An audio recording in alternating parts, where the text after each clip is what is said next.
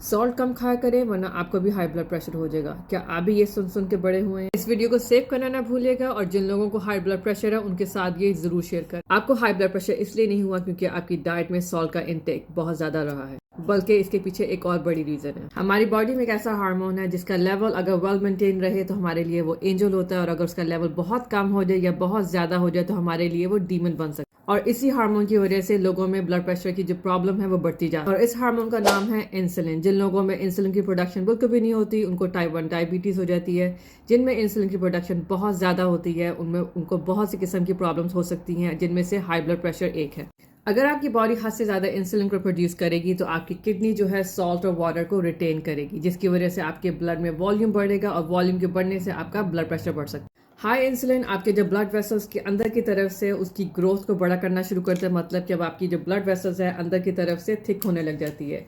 जब आपकी blood vessels अंदर थिक होने लग जाएगी, आपके जो ब्लड की फ्लो का जो एरिया होता है वो कम होना शुरू हो जाता है, जिसकी वजह से आपका ब्लड प्रेशर बढ़ सकता है। और अगर आपका इंसुलिन का लेवल हर वक्त एलिवेटेड रहता है, जिसकी वजह से आपको इंसुलिन रेजिस्टेंस हो सकता है। मतलब कि अब जो सेल्स हैं वो सही तरह रिस्पॉन्ड नहीं कर रहे इंसुलिन के लिए। इन अ नॉर्मल इंडिविजुअल आपके जो ब्लड वेसल्स होते हैं इंसुलिन को जब वो इंटरेक्ट करते हैं आपकी blood vessels nitric oxide produce करते हैं। नाइट्रिक ऑक्साइड जो है आपका नेचुरल वेजो डायलेटर है, मतलब कि वो हेल्प करता है कि आपका ब्लड वेसल्स जो है वो डायलेट हो और ब्लड जो है आसानी से फ्लो कर सके। जब ये ब्लड वेसल आपका इंसुलिन रेजिस्टेंट हो जाएगा, मतलब कि अब ये सही तरह रिस्पॉन्ड नहीं कर रहा इंसुलिन को, जिसकी वजह से आप नाइट्रिक ऑक्साइड की प्रोडक्शन नहीं कर सकते। इन अदर वर्ड्स आपका जो ब्लड वेसल्स है वो सही तरह एक्सपैंड नहीं कर पाता ताकि आपका जो ब्लड है वो सही तरह से फ्लो कर सके।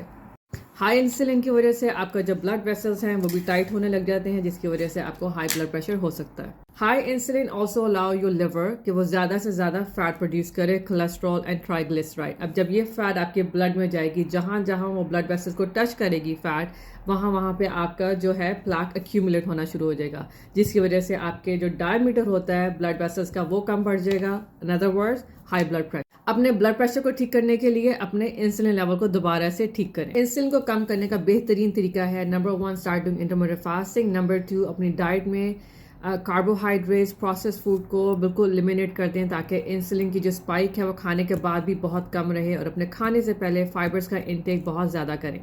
अगर आपको खाना खाना बहुत पसंद है और आपसे ये कार्ब्स कटिंग या प्रोसेसिंग फूड कटिंग नहीं होती तो you can do what my mom did too. मेरी अम्मी ने ये 2 प्रोडक्ट्स यूज़ करके अपने ब्लड प्रेशर को भी ठीक किया है, दवाइयों से जान छुड़वाई है। She doesn't take any medications. उनको मेडिकेशंस लगी थी एंजाइटी की और ब्लड प्रेशर की, and they are all gone now. ये दोनों चीज़ें प्लांट सोर्सेज से बनी हैं, दोनों नेचुरल हैं, कोई साइड इफेक्ट नहीं है इनका। एक आपको हेल्प करता है कि आप इंटरमिटेंट फास्टिंग आराम से रोज़ाना कर सकें, और दूसरा हेल्प करता है कि आप अपने हर खाना खाने से पहले फाइबर्स लें, और ये फाइबर मिल के जो है आपके बॉडी में जाके आपके गट में जाके जो भी आप खाना खाने से अब आपको ग्लूकोज या इंसुलिन स्पाइक होनी थी वो अब नहीं होगी।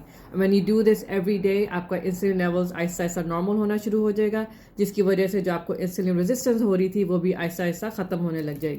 और जब आप इंसुलिन लेवल्स को दोबारा से नॉर्मल कर देंगे blood pressure problem will be gone.